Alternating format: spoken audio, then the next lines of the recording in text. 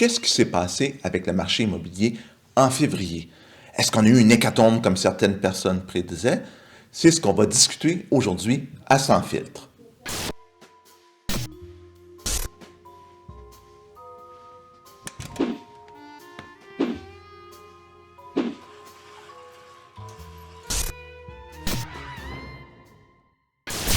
Le mois de février, c'est un des mois les plus actifs en immobilier.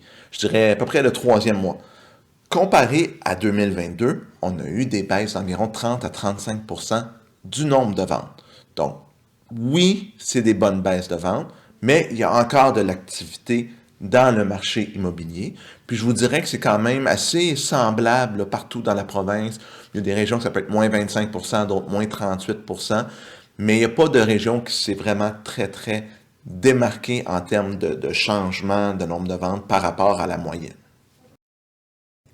Je vous dirais que ce qui est vraiment différent des autres marchés immobiliers que j'ai remarqué là, depuis février, puis même un peu en janvier, c'est selon les types de propriétés et les régions, bien, il y a des baisses de prix médians entre 0 et 10 puis c'est à peu près la même chose pour la moyenne. Donc, c'est possible, exemple, qu'à Montréal, les condos aient baissé de 10 mais que les maisons unifamiliales aient baissé juste de 3 en termes de valeur. Mais c'est vraiment très variable selon le produit et la région. Donc, il faudrait regarder ça sur une base locale. Mais je vous dirais que la règle générale, c'est que le marché d'entrée de gamme dans chaque région et dans chaque type de produit se comporte encore très bien.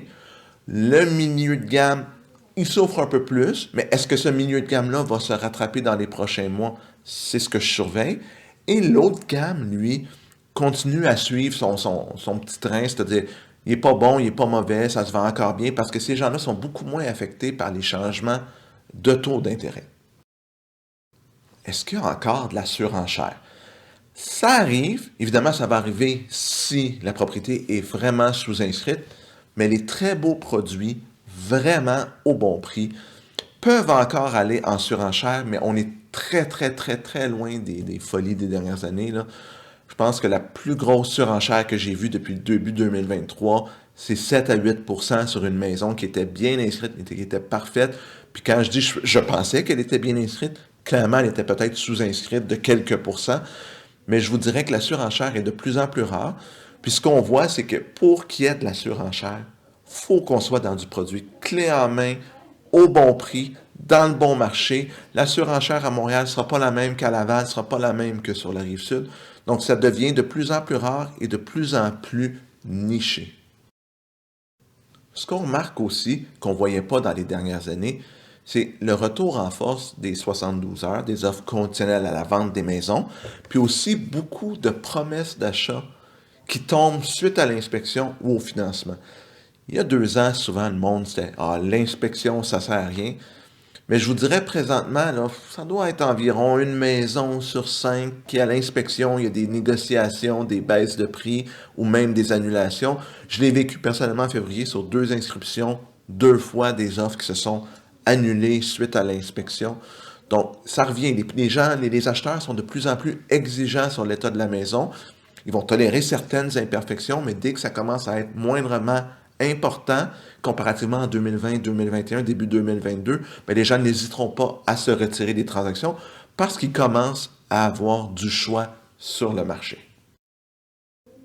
Parlant de choix sur le marché, il y a un peu plus d'inventaire sur le marché, mais on n'est pas au niveau d'avant la folie là, des années 2017, 2018, 2019, où il y avait quand même un certain inventaire sur le marché. On est encore en déficit d'inventaire. Ce qui a fait beaucoup ralentir le marché, c'est la demande qui a baissé. Il y a beaucoup moins d'acheteurs avec la hausse de taux d'intérêt qui se qualifient. Donc, pour le moment, tant que les taux d'intérêt restent élevés, la demande va être plus basse et ça va sauver la folie du marché parce que si les taux d'intérêt seraient pour descendre puis qu'il n'y a pas plus d'offres de propriétaires à vendre sur le marché, on risque de se retrouver dans un marché vraiment pas le fun pour personne.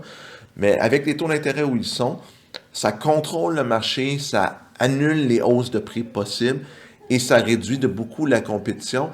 Donc, c'est vraiment un bon moment si vous êtes acheteur d'acheter parce que si les prévisions se matérialisent, c'est-à-dire que si les taux d'intérêt commencent à baisser fin 2023-2024 et que l'offre n'augmente pas, Ça se peut qu'on revienne à un marché un peu fou comme les années 2020-2021, mais tout ça, c'est de la spéculation. Puis c'est un peu ça que personne n'est vraiment sûr.